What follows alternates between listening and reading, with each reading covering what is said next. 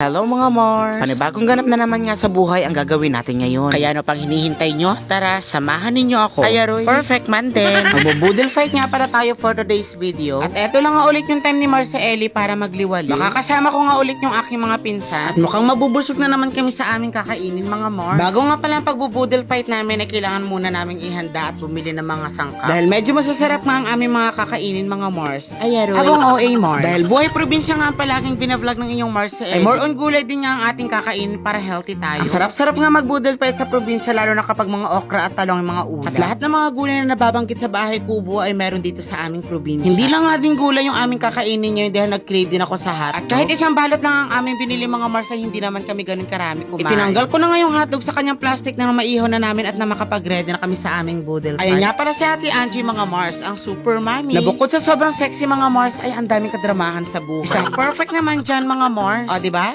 Perfect man din. Hindi lang nga hotdog at gulay ang aming uulamin dahil nag-crave din ang inyong Mars sa Ellie sa itlog na maalat. Bang iba nga ang tanghalian sa probinsya lalo na kapag itlog na maalat at kamatis ang kapartner. Lalo na kapag kapartner mo siya mga Mars. Hayaray! Kapag kayo ngayon magbibisita dito sa aming probinsya at lalo na dito sa aming barangay ay talagang napakaganda ng dahil budel fight nga ang ating gagawin mga Mars ay hindi na tayo gagamit ng kutsara at tinidor. Hindi na rin nga tayo gagamit ng pinggan at ng kung ano-ano pa mga Mars. Dahon ng saging nga pala ang ating gagamitin at ang ating magiging plato. Kapag inilagay mo nga ang kanin sa dahon ng saging ay nagiging mabango ang kanin. Talaga naman nakakamiss yung elementary days mga Mars na okay na ang dahon ng saging at mga ulam na tuyo. Dahil nga sa hirap ng buhay dati at walang kakayanan bumili ng baonan ay okay na sa amin ang dahon ng saging. Na makakuha ako ng dahon ng saging sa faraway land ay inilagay naman namin ang dahon ng saging sa table na aming paggagamitan. Dahan-dahan ang inyong Mars si Ellie sa paglalagay ng dahon ng saging at baka masira. Habang nire-ready nga ng aking mga pinsan yung iba pa namin kakainin, kami naman ay naka-assign dito sa table. Pinunasan na rin nga pala namin ang dahon ng saging ng malinis sa paglalagyan ng pagkain. Pink nga pala na tela ang ginamit namin sa pagpunas para naman maging perfect. Ay nga pala si Lixina ang aking pinaka-sexing pinsan mga Mars. Sobrang sexy nga ng aking pinsan ay ang kanyang bewang ay magiging 45 partida, konti pa kumain niya. Sobrang laki niya mga Mars ay parang sasakupin niya na ang camera. Ayeray. Ipapakita ko nga pala sa inyo yung view ng aming pagkakainan mga Mars. Ang ganda-ganda nga ng view at ang sarap-sarap pa ng simoy ng hangin. Luto na nga yung aming mga kakainin mga Mars. At i-ready naman natin at ilalagay yung mga pagkain sa dahon ng saging. Apat na gata nga pala na kanan yung ilalagay natin dito sa dahon. At medyo madami-dami nga kami ang kakain at may kasama pa kami mga bata ay dinamihan na namin ang pagluluto ng kanin. At kahit marami nga ang aming sinaing mga Mars ay pakiramdam ko ay makukulangan talaga. Sobrang sarap ba naman ang niluto na ulam ay talaga mapapasaba ka talaga mga Mars. Nang may lagay na nga namin ng kanin isinunod naman namin itong okra, hotdog at talong at iba pa. At konting sandali na lang mga Mars ay matitikman na natin ang paihit na ang kahap. Hala,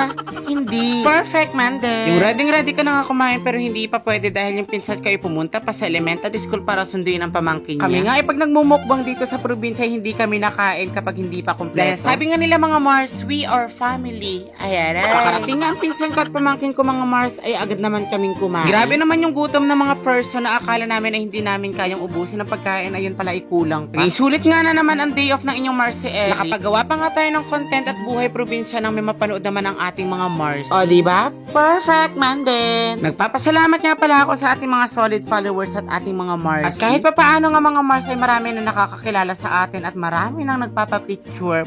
Famous yarn. Nakakataba rin nga ng puso sa tuwing lalakad kayo may naririnig kang nagpa-perfect man. Kahit sa simpleng perfect lang nila ay ako'y tuwa mga Mars. Ang ibig sabihin lang nun ay napapanood nila tayo kaya maraming salamat mga Mars. At yan nga pala ang buhay ng inyong Mars si Ellie. O diba? Perfect man din.